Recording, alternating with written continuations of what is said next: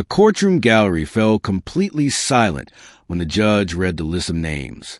For years, the words had floated like a rumor to the towns and prisons of one state. People whisper about shadowy meetings, about men who seem to speak for whole neighborhoods, about clinics and shops that never asked questions, and workers who vanished. Then one rainy afternoon, witnesses walked into court and pointed fingers. Men who had once been hidden inside prison walls now sat in boxes of glass.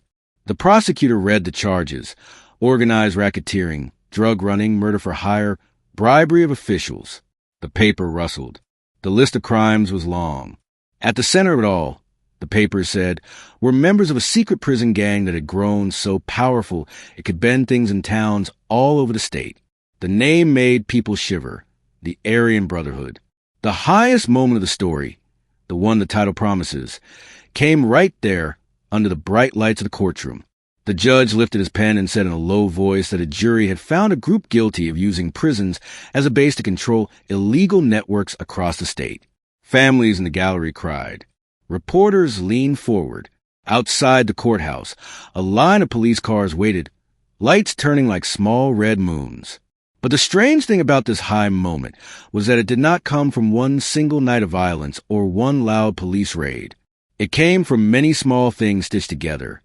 Secret letters, coded tattoos, a web of favors, and a secret way of moving money and orders from inside cell blocks to the streets outside. And those small things made a big power that reached far beyond the prison fences. Before the courtroom drama, the story started in quieter places. In yards where men walked and in small towns where shop owners locked their doors a little earlier. To know how a shadowy group could grow so strong, we must go back to the first steps of the story and see how small choices became a large force.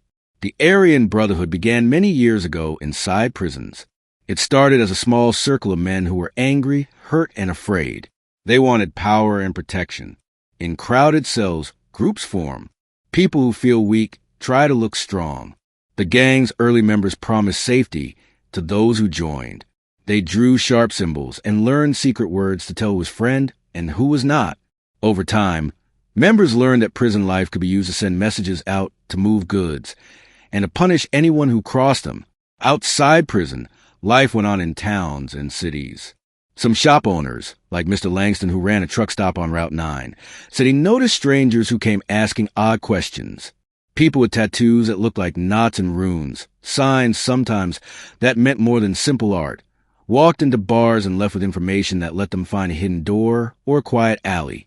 The gang's reach was subtle at first. A man quietly told another man where to get a job. A favor was repaid with a heavy hand. And a small store owner who refused to pay protection woke up to a broken window. These were low, frightening moments, not loud headlines, but they bred fear.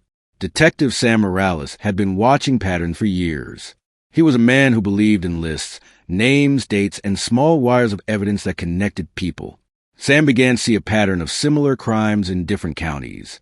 A shop would be robbed one month, a small loan sharking ring would appear the next, and then a violent act would silence a witness. The same kinds of tattoos or hand signs kept showing up in different places. When Sam asked officers to connect their notes, he found that many local cops had seen the same faces, but each thought the others were handling it. No one had the whole picture. Inside the prisons, life was a tight circle of routines. Men woke, worked, ate, and slept on strict schedules. They passed notes hidden in soap bars and inside bread loaves. They used coded signals. The folded shirt, a scar in a certain place, a whispered name. The gang members used these methods to pass messages without guards noticing. They used lawyers' visits or packages to hide short, careful notes. They asked new recruits to prove loyalty by doing small, dark things and kept records on who followed orders. This is how the web grew, 1,000 small acts that added up to giant control. Not all members were the same. Some were scared young men who had no choice. Some were leaders who loved the power. Some were older and bitter. Several of the gang's leaders had history, early arrests and time in tough cells. Men like Hector or Frank, not their real names in this telling, learned how to run plans from behind bars. They had friends on the outside who drove cars, who had packages, who ran fake companies to wash money. The prisons became, in effect, a headquarters where rules were whispered and orders were written on the margins of legal papers. The gang also used fear to keep their power. If someone thought about talking to police, a warning came, a smashed window, a letter with a simple draw of a skull, or a message passed through a friend. Some people paid to stay safe. Others tried to stand up and were pushed down. Families were sometimes told to move or be silent. Newspapers wrote about a wave of quiet threats that made communities lock doors and teach children to watch carefully. Detective Morales and a small team of officers slowly began to stitch a map together. They worked with undercover agents who pretended to be sellers of drugs and weapons. They gave a fake package to a driver who said he would meet buyers, but ended up meeting gang members. Cameras were set in back alleys. Phones were traced. It took months of watching and waiting to gather the tiny proof they needed. Many times, a lead ran cold and the detectives had to start over. People were scared to talk because of Klan's reach. Sometimes, a key witness vanished before they could be asked questions. One of the key things that made the gang powerful was money. The gang controlled street-level drug sales in many towns, collected protection fees from small shops, and used online scams to bring in more cash. Money was passed around using a system of cash drops and shell companies. It sounds technical, but what it meant to families was this. Money bought loyalty in silence. When the gang had a lot of cash, it could pay people to look the other way. It could bribe a guard, or it could hire a driver to move a package at midnight. Again, these were small acts repeated and multiplied. There were also moments of normal life that hid the danger. Some gang members went to church on Sundays. Some helped at local charities to keep suspicion low. In small towns, it is easy for people to blend in. A neighbor might be a seller in the morning and a volunteer at the soup kitchen in the afternoon. Detective Morales found this hard to explain to people who wanted a simple answer. They are not all monsters, he told reporters once. They are men who make bad choices and build walls with those choices. As the detectives close in, the gang sensed pressure. The gang's leaders started to change tactics. They moved shipments to different routes. They used new phones. They kept fewer records in writing. They told members to keep their heads down. But old habits die slowly. Someone always slips. A careless call is traced. A nervous hand leaves fingerprints. And eventually, the evidence began to stack. Then one night, the gang made a mistake that would change everything. It was not a huge mistake like an explosion or $1 million heist. It was a small, human error.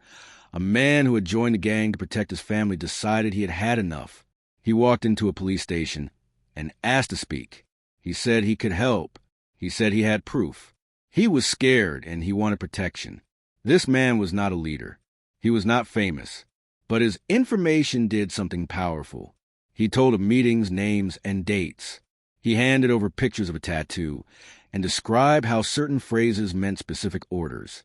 He drew a map of where cheap cars picked up packages. He named people who worked day jobs but did night work for the gang.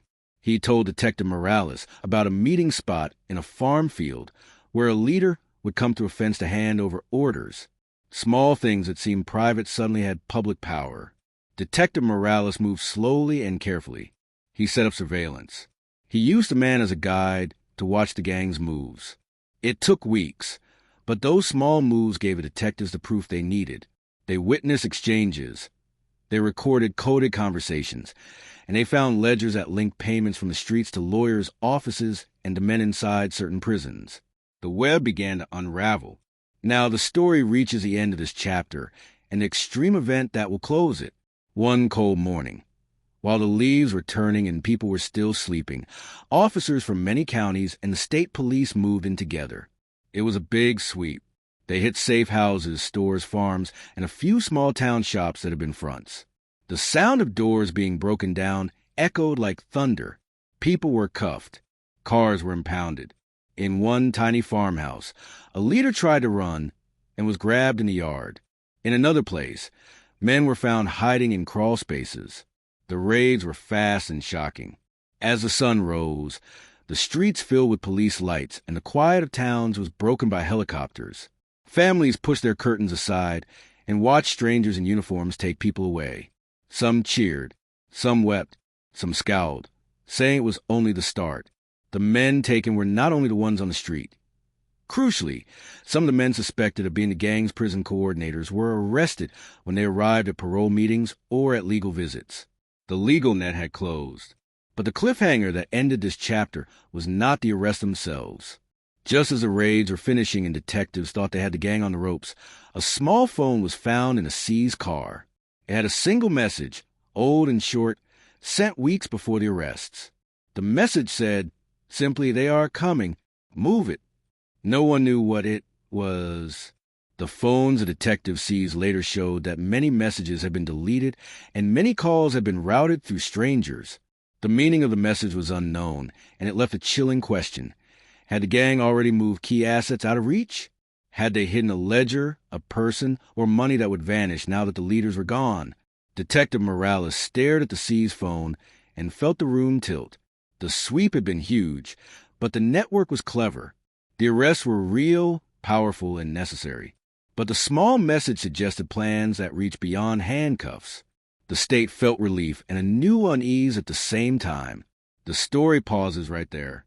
When you are ready, I will continue Chapter 2 and follow what the message meant, where it led, and how the towns and prisons tried to rebuild in the face of a gang that once almost controlled a state.